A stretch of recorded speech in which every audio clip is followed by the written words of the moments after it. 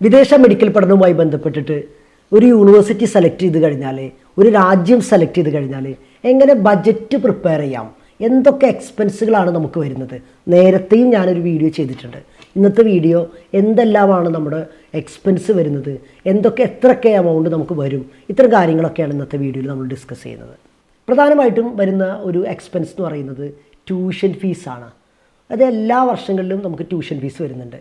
Tuition fees നമ്മുടെ നേരത്തെ ഡ്യൂറേഷനുമായി ബന്ധപ്പെട്ട വീഡിയോയിൽ ഞാൻ പറഞ്ഞു, എത്ര വർഷമാണ് കോഴ്സ് എന്നുള്ളത് കൃത്യമായിട്ട് മനസ്സിലാക്കണം. ആ വർഷങ്ങളിലൊക്കെ നമുക്ക് ട്യൂഷൻ ഫീസ് കൊടുക്കേണ്ടതുണ്ട്. ട്യൂഷൻ ഫീസ് രണ്ട് രീതിയിൽ കൊടുക്കാൻ പറ്റും. ഒന്ന് സെമസ്റ്റർ വൈസാണ്, അല്ലെങ്കിൽ ഇയർ വൈസാണ്. നിങ്ങളുടെ കയ്യിൽ ക്യാഷ് ഉണ്ടെന്ന് വിചാരിക്കാം, നിങ്ങൾ ഇയർ വൈസ് കൊടുക്കുന്നതാണ് നിങ്ങൾക്ക് ബെനിഫിറ്റ്. അതെന്താ ബെനിഫിറ്റ് എന്ന് ചോദിച്ചു കഴിഞ്ഞാൽ, ഒന്ന് ഇവിടുന്ന് എക്സ്ചേഞ്ച് റേറ്റിൽ 2 തവണ അടക്കുമ്പോൾ 2 തവണ നിങ്ങൾക്ക് സർവീസ് ചാർജ് നഷ്ടപ്പെടും. രണ്ടാമത്തെ ഒരു ബെനിഫിറ്റ് എന്താണെന്ന് ചോദിച്ചു കഴിഞ്ഞാൽ, നമ്മുടെ കറൻസി ഫ്ലക്ച്വേഷൻസ് എപ്പോഴും ഇങ്ങനെ ഭീമമായ വർധനവ് വന്നുകൊണ്ടിരിക്കുകയാണ്. അപ്പോൾ 6 മാസം മുമ്പ് അടച്ചിരുന്നെങ്കിൽ നിങ്ങൾക്ക് കാൽക്കുലേറ്റ് ചെയ്യണമെങ്കിൽ വലിയൊരു എമൗണ്ട് 2000-3000 രൂപ പിന്നെയും നിങ്ങൾക്ക് പ്രോഫിറ്റും ബെനിഫിറ്റും കിട്ടും. അപ്പോൾ വൺ ടൈം അടക്കുന്നതാണ് എപ്പോഴും നല്ലത്. സാമ്പത്തികമായിട്ട് ബുദ്ധിമുട്ടുള്ള ആളുകളാണെങ്കിൽ സെമസ്റ്റർ വൈസും നിങ്ങൾക്ക് പോസിബിലിറ്റി ഉണ്ട്. ഇതെല്ലാ യൂണിവേഴ്സിറ്റിയിലില്ല. ചില യൂണിവേഴ്സിറ്റികളിൽ ഇയർ വൈസ് മാത്രം അടക്കാൻ പറ്റുന്നുണ്ടാവുള്ളൂ. ഇത് നമ്മുടെ സെലക്ട് ചെയ്യുന്ന യൂണിവേഴ്സിറ്റിയുമായി ബന്ധപ്പെട്ടിട്ടാണ്. ഏറ്റവും ഇമ്പോർട്ടൻ്റ് ആയിട്ടുള്ള എക്സ്പെൻസ് ട്യൂഷൻ ഫീസാണ്. രണ്ടാമത്തെ ഇമ്പോർട്ടൻ്റ് എക്സ്പെൻസ് എന്ന് പറയുന്നത് നിങ്ങളുടെ അവിടുത്തെ ലിവിങ് കോസ്റ്റാണ്. അത് അക്കോമഡേഷൻ പ്ലസ് ഫുഡാണ് വരുന്നത്. ഹോസ്റ്റൽ, ട്യൂഷൻ ഫീസ് കൂടാതെ വരുന്ന ഏറ്റവും പ്രധാനപ്പെട്ട 2 എക്സ്പെൻസുകൾ ഫുഡാണെങ്കിലും അക്കോമഡേഷൻ ആണെങ്കിലും. അക്കോമഡേഷൻ യൂണിവേഴ്സിറ്റിയുടെ ഓൺ അക്കോമഡേഷൻ ഉണ്ടാവാറുണ്ട്. ഇല്ലെങ്കിൽ നിങ്ങൾക്ക് പുറത്ത് എവിടെയെങ്കിലും ഫ്ലാറ്റുകളൊക്കെ എടുത്തിട്ട്, ഇത് സ്റ്റുഡൻസിൻ്റെ കംഫർട്ടുമായി ബന്ധപ്പെട്ട കാര്യമാണ്. ചിലപ്പോൾ ഫുഡ് സെൽഫ് പ്രിപ്പയർ ചെയ്യുന്ന കുട്ടിയായിരിക്കാം, അവിടുത്തെ മെസ്സിനെ ആശ്രയിക്കുന്നുണ്ടായിരിക്കാം, ഹോട്ടലിലായിരിക്കാം. ഇതുമായി ബന്ധപ്പെട്ടിട്ടൊക്കെ അവരവരുടെ ബജറ്റുകളിൽ ഏറ്റക്കുറച്ചിലുകൾ ഉണ്ടായിരിക്കും. അപ്പോൾ ഇതും നമ്മൾ കൃത്യമായിട്ട് എത്രയാണെന്ന് മനസ്സിലാക്കണം. ഇപ്പോൾ ട്യൂഷൻ ഫീസ് നമ്മൾ ഒരു രാജ്യത്ത് ജോയിൻ ചെയ്യുമ്പോൾ സെയിം ഫീസ് തന്നെ ആയിരിക്കും സെക്കൻഡ് ഇയറിലും തേർഡ് ഇയറിലും ഫോർത്ത് ഇയറിലും ഒക്കെ വരുന്നത്. പിന്നെ ആ യൂണിവേഴ്സിറ്റിയിൽ ട്യൂഷൻ ഫീസ് ചേഞ്ച് ചെയ്യുമ്പോൾ പുതിയ കുട്ടികളെ ബാധിക്കുള്ളൂ, നമ്മളെ ബാധിക്കുന്നില്ല. അപ്പോഴും ചിലപ്പോൾ എന്ത് ചെയ്യും, ചില വർഷങ്ങളിലൊക്കെ ഫസ്റ്റ് ഇയർ അടച്ച ട്യൂഷൻ ഫീസും ലാസ്റ്റ് ഇയർ അടച്ച ട്യൂഷൻ ഫീസും തമ്മിൽ വ്യത്യാസം ഉണ്ടാവും. അത് ഫ്ലക്ച്വേഷൻസിൻ്റെതാണ്. ഈ ഡോളറുമായി ബന്ധപ്പെട്ടിട്ടാണ്, യൂറോയുമായി ബന്ധപ്പെട്ടിട്ടാണ്. ഇതല്ലാതെ പിന്നെ നമുക്ക് വരുന്നൊരു എക്സ്പെൻസ് എന്ന് പറയുന്നത് അവിടുത്തെ വിസ റിന്യൂവലുമായി ബന്ധപ്പെട്ടിട്ടാണ്. ഏതൊരു രാജ്യമാണെങ്കിലും നമുക്ക് വിസ എടുക്കണം. അപ്പോൾ ആ വിസനെ സംബന്ധിച്ചിടത്തോളം ഓരോ വർഷങ്ങളിൽ റിന്യൂവൽ ചെയ്യേണ്ട രാജ്യങ്ങളുണ്ട്. ചില രാജ്യങ്ങളിൽ നമുക്കൊരു 5 ഇയറിനൊക്കെ കിട്ടുന്നതുണ്ട്. ഇത് നിങ്ങൾ ഏത് രാജ്യത്താണ് സെലക്ട് ചെയ്യുന്നത് അതുമായി ബന്ധപ്പെട്ട് വിസ റിന്യൂവൽ പേയ്മെൻ്റ് ഉണ്ട്. അതുപോലെ മെഡിക്കൽ ഇൻഷുറൻസ് വരുന്നുണ്ട്. ഒരു വിദേശത്ത് പഠിക്കുന്ന ഒരു കുട്ടീനെ സംബന്ധിച്ചിടത്തോളം അവിടുത്തെ വിസ പോളിസിയുടെ ഭാഗമാണ്, അല്ലെങ്കിൽ വിസ നമുക്ക് റിന്യൂവൽ ചെയ്ത് തരണമെന്നുണ്ടെങ്കിൽ നിർബന്ധമായിട്ട് ഇൻഷുറൻസ് വേണ്ടി വരും. അപ്പോൾ ഇൻഷുറൻസിൻ്റെ പേയ്മെൻറ്റ് നമ്മൾ കാണേണ്ടി വരും. പലപ്പോഴും ഇത് എല്ലാ വർഷങ്ങളിലും വരുന്ന എക്സ്പെൻസുകളാണ്. അതല്ലാതെ ഇനീഷ്യൽ ഇയറിൽ നമുക്ക് ചിലപ്പോൾ ചില എക്സ്ട്രാ പേയ്മെൻറ്റുകൾ വരും. അത് നിങ്ങളുടെ ആദ്യത്തെ വിസ എടുക്കുന്നതാവാം, അല്ലെങ്കിൽ അഡ്മിഷൻ ലെറ്റർ എടുക്കുന്നതായിരിക്കാം, നിങ്ങൾ അപ്രോച്ച് ചെയ്യുന്ന കൺസൾട്ടൻസികളുടെ സർവീസ് ചാർജ് ആയിരിക്കും, പ്രോസസ്സിങ് ഫീസായിരിക്കും.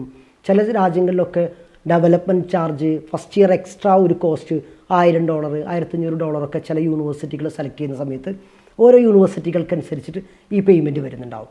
അപ്പോൾ അത് വൺ ടൈം പേയ്മെൻറ്റാണ് വരുന്നത്. അതല്ലാതെ നമുക്ക് എല്ലാ വർഷങ്ങളിലും വരുന്ന പേയ്മെൻറ്റുകളും ഡിഫറെൻ്റ് ആയിട്ട് വരും. അപ്പോൾ ഇതൊക്കെ കാൽക്കുലേറ്റ് ചെയ്തിട്ടാണ് നമ്മളെ സംബന്ധിച്ചിടത്തോളം ഒരു ബജറ്റ് പ്രിപ്പയർ ചെയ്യേണ്ടത്. ബജറ്റ് പ്രിപ്പയർ ചെയ്യുമ്പോൾ നിങ്ങൾക്കറിയാം, വിദേശത്ത് പഠിക്കുന്ന ഏതൊരു നിലവിൽ പഠിച്ചുകൊണ്ടിരിക്കുന്ന പാരൻസ് പറയുന്ന ഏറ്റവും വലിയൊരു കംപ്ലൈൻറ്റ്, ഇതൊന്നും പറഞ്ഞ റേറ്റിൽ നിൽക്കില്ല, റേറ്റ് മുകളിലേക്ക് കൂടുന്നുണ്ട്, വലിയൊരു ഗ്യാപ്പ് ഉണ്ട്. അതിന് പ്രധാന വില്ലൻ എന്ന് പറയുന്നത് ഈ കറൻസി റേറ്റിൻ്റെ ഫ്ലക്ച്വേഷൻസ് ആണ്. നിങ്ങളൊരു 6 വർഷം മുമ്പ് ജോയിൻ ചെയ്തൊരു കുട്ടി എത്ര രൂപ വെച്ചിട്ടായിരിക്കും ഡോളറിൽ കാൽക്കുലേറ്റ് ചെയ്തിട്ടുണ്ടാവുക, ഇന്നത്തെ ഡോളറിൻ്റെ റേറ്റ് എത്ര ഉണ്ടെന്നുള്ളത് നിങ്ങളത് താരതമ്യം ചെയ്യുമ്പോഴാണ് ഈ വ്യത്യാസത്തിൻ്റെ ഭീകരത നിങ്ങൾക്ക് മനസ്സിലാവുക.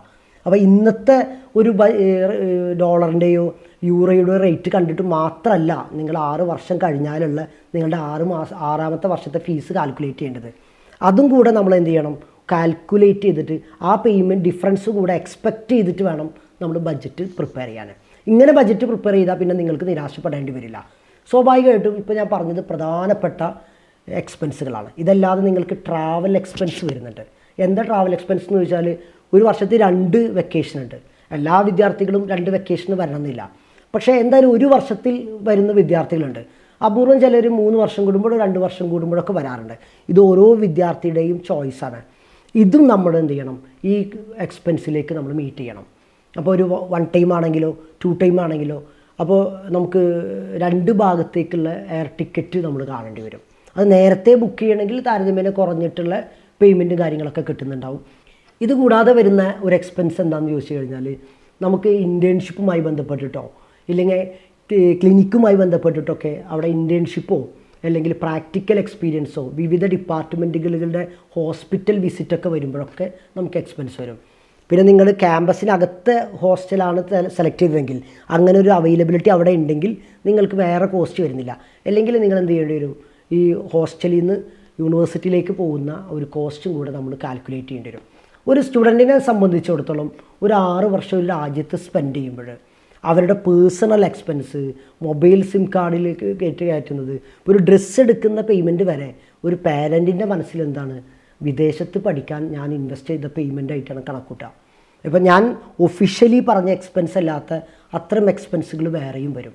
എപ്പോഴും ബഡ്ജറ്റ് കാൽക്കുലേറ്റ് ചെയ്യുന്ന സമയത്ത് ഒരു 5 ലാഖോ ഒരു 10 ലാഖോ ഒക്കെ നിങ്ങൾ എക്സ്ട്രാ കൂടെ വരുമെന്ന്, ഈ എക്സ്ട്രാ എന്ന് പറഞ്ഞാൽ ഈ പറഞ്ഞ കാര്യങ്ങൾ കൂടാതെ വരുന്ന പേയ്മെൻ്റ് അല്ല, നമ്മുടെ ബഡ്ജറ്റിൽ ഇതും കൂടെ വരും. കാരണം ഈ ഫ്ലക്ച്വേഷൻസ് ആണെന്നുണ്ടെങ്കിലും അൺഎക്സ്പെക്റ്റഡ് ആയിട്ടുള്ള ഈ ചിലപ്പോഴൊക്കെ നിങ്ങൾക്ക് യാത്രയിൽ സമയത്ത് ഫ്ലൈറ്റ് ക്യാൻസലാവും, ഇങ്ങനെയൊക്കെ നമ്മുടെ അൺഎക്സ്പെക്റ്റഡ് ആയിട്ടുള്ള ഒരുപാട് കാര്യങ്ങൾ വരാൻ ചാൻസ് ഉണ്ട്. ഒരു മിനിമം ഒരു 5 ലാഖെങ്കിലും നിങ്ങൾ അൺഎക്സ്പെക്റ്റഡ് ആയിട്ട് കൂടെ കൂട്ടി വെച്ചാലാണ് നമുക്ക് ബഡ്ജറ്റ് കൃത്യമായിട്ട് മാച്ച് ചെയ്തിട്ട് പോകുന്നുണ്ടാവുള്ളൂ. അപ്പോൾ വിദേശത്തുള്ള ഒരു റിയലിസ്റ്റിക് ബഡ്ജറ്റ് തയ്യാറാക്കുന്നത് എങ്ങനെയാണെന്നാണ് ഞാനിപ്പോൾ നിങ്ങളുടെ അടുത്ത് പറയാൻ ശ്രമിച്ചത്. കൃത്യമായ ബഡ്ജറ്റ് പ്ലാൻ ചെയ്ത് പോയാൽ നമുക്കൊരു ബുദ്ധിമുട്ട് വരുന്നില്ല. ഇല്ലെങ്കിൽ നിങ്ങളെപ്പോഴും ഒരു കലഹിക്കേണ്ടി വരും. ആക്ച്വൽ പേയ്മെൻറ്റ് എത്രയാണ്, ഞാൻ പ്ലാൻ ചെയ്തത് ഇത്രയാണ്, ഇത് നിങ്ങൾക്ക് വലിയ ഒരു വ്യത്യാസം ഉണ്ടായിരിക്കും. അപ്പോൾ അതില്ലാതിരിക്കാൻ കൃത്യമായൊരു ബഡ്ജറ്റ്, അത് നമ്മുടെ ഏതൊരു കാര്യത്തിലും കൃത്യമായൊരു ബഡ്ജറ്റ് ഉണ്ടെങ്കിൽ നിങ്ങളുടെ എക്സ്പെക്റ്റേഷൻ മീറ്റ് ചെയ്യാനും നമുക്ക് വരാനിടയിലുള്ള എല്ലാ കാര്യങ്ങളും മുൻകൂട്ടി കാണുക എന്നുള്ളതാണ് ഈ ബഡ്ജറ്റ് കൊണ്ട് ഉദ്ദേശിക്കുന്നത്. സത്യത്തിൽ വിദേശത്ത് പോകുന്ന വിദ്യാർത്ഥികൾക്ക് വരുന്ന എക്സ്പെൻസുകളൊക്കെ എന്താണെന്ന് കൃത്യമായിട്ട് നമ്മൾ പാരൻസിന് കൃത്യമായിട്ട് പറഞ്ഞു കൊടുക്കും. ഇതിനനുസരിച്ചിട്ട് ഓരോ വർഷങ്ങളിൽ വരുന്ന എക്സ്പെൻസ് അവർക്ക് മുൻകൂട്ടി കാണാനും അത് അറേഞ്ച് ചെയ്യാനും പറ്റും. അപ്പോൾ എപ്പോഴും നമ്മൾ ഓരോ വർഷങ്ങളിൽ വരുന്ന എക്സ്പെൻസ് ഡിഫറൻ്റായിട്ട് കണ്ട് അത് നമ്മൾ കൃത്യമായിട്ട് മനസ്സിലാക്കിയിട്ടാണ് നിങ്ങൾ യൂണിവേഴ്സിറ്റി സെലക്ട് ചെയ്യേണ്ടത്. അപ്പോൾ അതുപോലെ ഇൻറ്റേൺഷിപ്പിന് എക്സ്ട്രാ പേയ്മെൻറ്റ് കൊടുക്കേണ്ടതുണ്ടോ, 5 ഇയർ കോഴ്സിന് പേയ്മെൻറ്റ് അടച്ചാൽ മതി, 6ാമത്തെ വർഷം അടക്കണോ, ഇതൊക്കെ നമ്മൾ കൺസിഡർ ചെയ്തിട്ടാണ് യൂണിവേഴ്സിറ്റി സെലക്ട് ചെയ്യേണ്ടത്. അപ്പോൾ ഒരു ബഡ്ജറ്റ് പ്രിപ്പയർ ചെയ്യുമ്പോൾ നിങ്ങളെ ഹെൽപ്പ് ചെയ്യുന്ന കുറച്ച് ടിപ്സാണ് ഇന്നത്തെ വീഡിയോയിൽ ഞാൻ ഷെയർ ചെയ്തത്. വിദേശവുമായി ബന്ധപ്പെട്ട വിദേശത്തെ MBBSുമായി ബന്ധപ്പെട്ട എന്ത് സംശയങ്ങൾക്കും നിങ്ങൾക്ക് താഴെ കാണുന്ന കോൺടാക്റ്റ് നമ്പറിൽ വിളിക്കാവുന്നതാണ്. വിദേശ മെഡിക്കൽ പഠനവുമായി ബന്ധപ്പെട്ട പുതിയൊരു വീഡിയോയിൽ നമുക്ക് കാണാം. Thank you so much.